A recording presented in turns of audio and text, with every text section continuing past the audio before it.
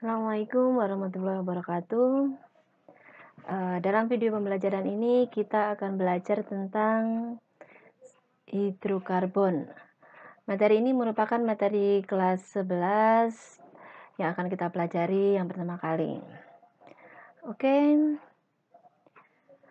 Nah, apa sih yang dimaksud dengan senyawa hidrokarbon? Kita dalam kehidupan sehari-hari kita sering bertemu dengan ini ada kantong plastik, kemudian ada pipa, ada panci teflon, kemudian botol-botol. Nah, antara botol, teflon, kemudian pipa, sama plastik kresek ini merupakan salah satu senyawa hidrokarbon yang hampir tiap hari sebenarnya kita selalu bertemu, selalu menggunakan. Nah, sekarang apa sih yang dimaksud dengan senyawa hidrokarbon? Senyawa hidrokarbon yaitu senyawa organik yang tersusun dari atom hidrokarbon dan yang terdiri dari atom karbon dan hidrogen. Senyawa hidrokarbon merupakan senyawa karbon yang paling sederhana. Nah, kalau kita lihat sampai sekarang hampir berjuta-juta senyawa hidrokarbon yang kita jumpai dalam kehidupan sehari-hari. Nah, untuk menentukan bagaimana sih senyawa hidrokarbon, kita bisa melakukan dengan cara identifikasi senyawa hidrokarbon. Apa itu identifikasi senyawa hidrokarbon? Yaitu untuk menguji apakah suatu sampel itu mengandung senyawa hidrokarbon atau tidak. Nah, salah satu contohnya yang pertama yaitu dengan cara membakar suatu sampel. Misalkan contohnya di sini sampel jika ditambah dengan oksidator maka akan terbentuk gas CO2 dan H2O. Kemudian bagaimana cara membuktikan apakah terbentuk gas CO2 atau tidak? Nah, untuk membuktikan dari uji sampel tersebut jika senyawa tersebut mengandung CO2 atau tidak, yaitu jika ditambah dengan CaOH2 atau air kapur, ternyata hasil dari reaksi tersebut keruh. Jadinya di sini terbentuk keruh. Nah, kalau ini keruh artinya di dalam sampel tersebut mengandung CO2. Terus bagaimana jika untuk membuktikan apakah sampel tersebut mengandung H2O atau tidak? Yaitu dengan cara mengambil kertas kobalt biru yang ditambah dengan H2O. Kemudian taruh di atas uapnya. Nah, jika uap yang ada mengenai kertas kobalt itu dan berubah warna dari biru menjadi merah muda, artinya sampel tersebut mengandung H2O. Oke, selanjutnya materi yang kita pelajari yaitu tentang kekhasan atom karbon. Apa sih kekhasan atom karbon itu? Kekhasan atom karbon yaitu keunikan suatu senyawa hidrokarbon dibandingkan dengan unsur-unsur yang lainnya. Apa sih keunikan dari senyawa hidrokarbon? Nah, kalau kita perhatikan di sini, atom karbon itu memiliki nomor atom 6. C-nya nomor atomnya 6. Sehingga kalau kita konfigurasikan dia akan terbentuk 2 sama 4. Sehingga elektron valensi dari karbon sama dengan 4. Karbon memiliki elektron valensi 4. Nah, karena memiliki elektron valensi 4, nah, ini kita bisa menggambarkan struktur Lewisnya seperti ini. C, kemudian ada 4 titik, 1, 2, 3, 4. Ini struktur Lewisnya. Kemudian kalau kita lihat jari-jari atomnya, karena C memiliki 2 kulit, maka jari-jari atomnya merupakan jari-jari atom yang kecil. Bagaimana ikatan kovalen yang terbentuk? Ikatan kovalen yang terbentuk dari atom C merupakan ikatan kovalen yang dibentuk relatif kuat dan dapat membentuk ikatan kovalen yang rangkap. Sehingga dari situ ternyata atom karbon dapat membentuk ikatan rangkap, bisa ikatan tunggal, ikatan rangkap 2, rangkap 3, dan siklis. Oke, selanjutnya atom karbon berdasarkan jenis ikatan yang diikat antar atom karbonnya dikelompokkan menjadi 4. Yang pertama ada atom karbon primer yang disimbolkan dengan 1 derajat.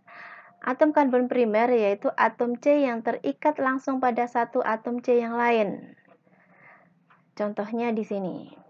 Pada atom C yang di ujung ini C tadi elektron valensinya 4, dipakai berikatan dengan satu atom C yang lain. Karena elektron valensinya 4, dipakai berikatan dengan satu atom karbon yang lain, sehingga akan tersisa hidrogen sebanyak 3. Kemudian disimbolkan dengan 1 derajat. Kemudian ada atom karbon sekunder. Apa itu atom karbon sekunder?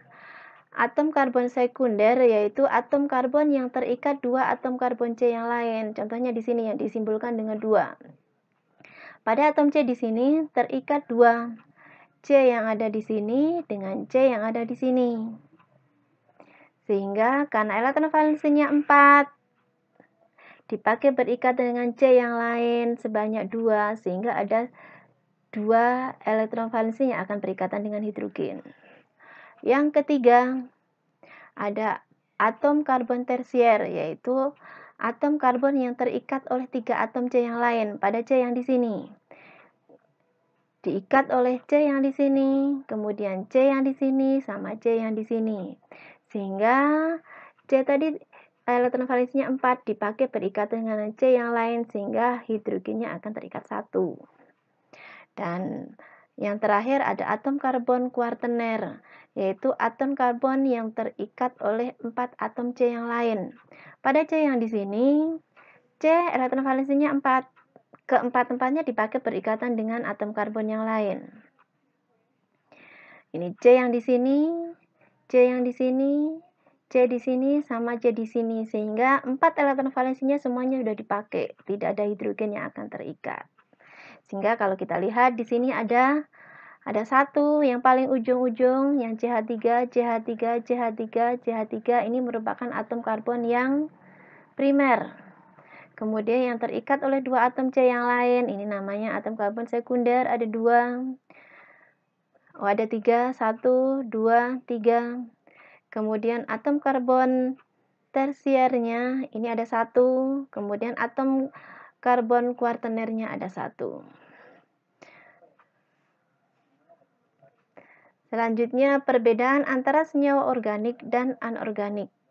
Apa sih perbedaan senyawa organik dan anorganik? Kalau kita lihat tentang kestabilannya, senyawa organik lebih mudah terurai. Kemudian kalau senyawa anorganik lebih stabil terhadap pemanasan. Bagaimana dengan titik lebur dan titik didihnya? Senyawa organik umumnya memiliki titik didih dan titik lebur yang rendah, kemudian anorganik memiliki ada yang sangat tinggi tetapi ada yang sangat rendah juga. Dilihat dari kelarutannya, senyawa organik larut dalam pelarut yang nonpolar, sedangkan senyawa anorganik larut dalam pelarut yang polar. Oke, selanjutnya penggolongan senyawa hidrokarbon. Nah, penggalangan senyawa hidrokarbon yang pertama berdasarkan bentuk rantainya. Senyawa hidrokarbon dikelompokkan menjadi senyawa hidrokarbon alifatik, yaitu senyawa hidrokarbon yang rantainya terbuka. Ini rantainya terbuka. Kemudian yang kedua alisiklik. Alisiklik itu senyawa hidrokarbon alifatik, tapi dia membentuk rantai yang membentuk lingkar. melingkar, ada lingkarannya. Berikutnya senyawa hidrokarbon aromatik. Senyawa hidrokarbon aromatik yaitu senyawa hidrokarbon yang memiliki ikatan rangkap yang berselang-seling. Ini di sini rangkap tunggal, rangkap tunggal, rangkap tunggal, dan ikatan rangkapnya ini terus berputar sehingga lebih dikenal dengan namanya istilah terkonjugasi karena berputar terus, sehingga kadang senyawa hidrokarbon aromatik lebih sering disimbolkan dengan senyawa yang siklik. Berikutnya, berdasarkan jenis ikatannya, senyawa hidrokarbon dikelompokkan menjadi senyawa hidrokarbon jenuh, yaitu senyawa hidrokarbon bila semua ikatan antar karbonnya merupakan ikatan tunggal. Ini ikatannya tunggal satu semuanya. Ini pada senyawa alkana. Kemudian yang kedua ada senyawa hidrokarbon yang tak jenuh, yaitu bila memiliki ikatan rangkap, baik rangkap 2 maupun rangkap 3. Contohnya di sini. Ini ada ikatan rangkap 2. Ini pada senyawa alkena. Kemudian di sini ada ikatan rangkap 3. Nah, bedanya hidrokarbon jenuh tunggal, rangkap 2 dan rangkap 3.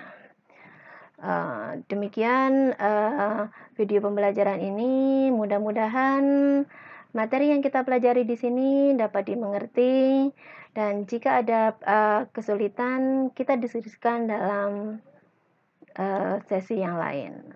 Oke, terima kasih. Assalamualaikum warahmatullahi wabarakatuh.